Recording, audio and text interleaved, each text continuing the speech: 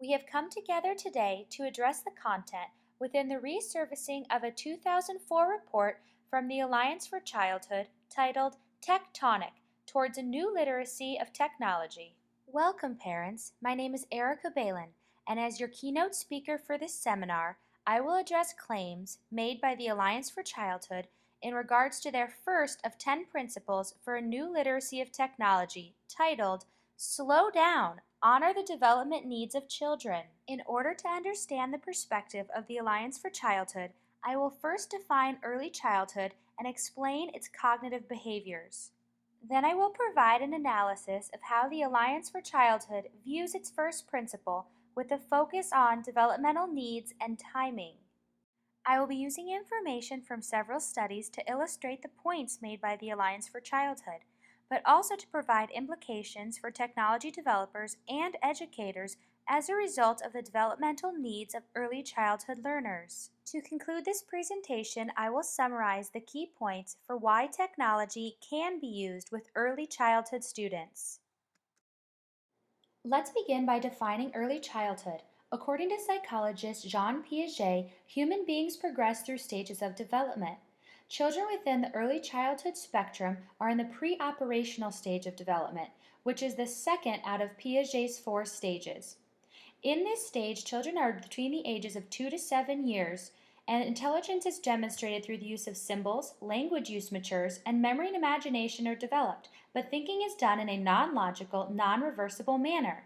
There is also another unique feature to the pre-operational stage of development, and that's egocentric thinking. Egocentric thinking is when a child lacks the ability to understand a perspective that is different from his or her own. Closely tied are developmental appropriateness and timing. The Alliance for Childhood argues that many of the technologies children are using are not developmentally appropriate because it's based on what children can do with computer-based tools than by a deep understanding of what children need to help their intellectual and emotional lives unfold and thrive. What is being illustrated here is the idea that just because technology has become more intuitive and user-friendly, it does not mean children are being cognitively challenged at an appropriate level or in a meaningful way. Therefore, it's not cohesive with the student's cognitive abilities. The Alliance for Childhood further explains that if something is developmentally appropriate, then the child should be able to understand how the tools work. This means that if a child does not understand how the technology works, then the child cannot comprehend its power, and therefore the timing is developmentally inappropriate for the child because there's no metacognitive connection. I disagree with this finding because many early childhood games are used for developing early literacy skills. These skills are what a child knows about reading and writing before he or she can read or write.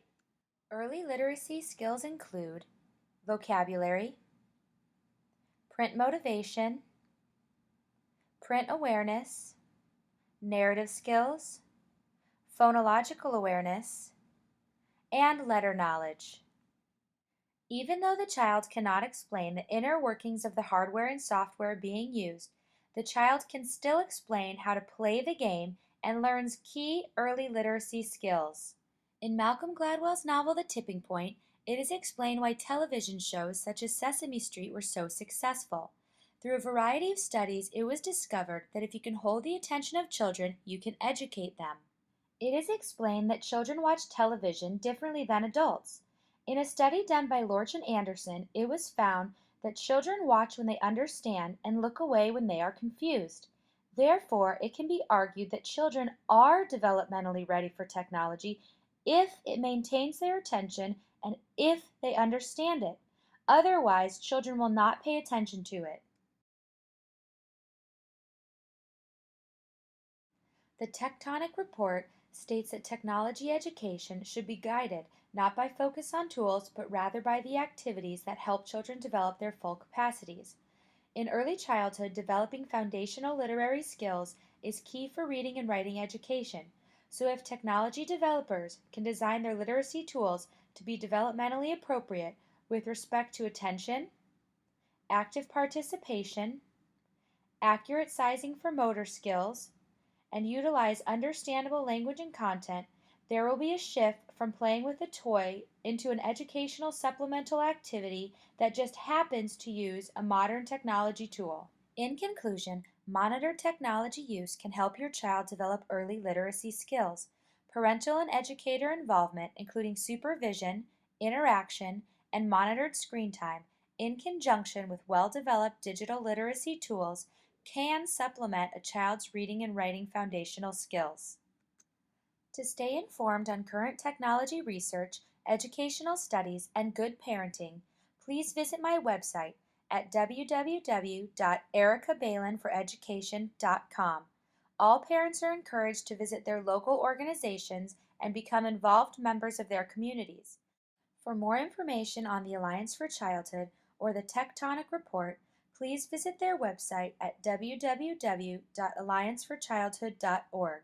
From my classroom to your home, I'm Erica Bailin, and thank you for viewing today's presentation. Be well.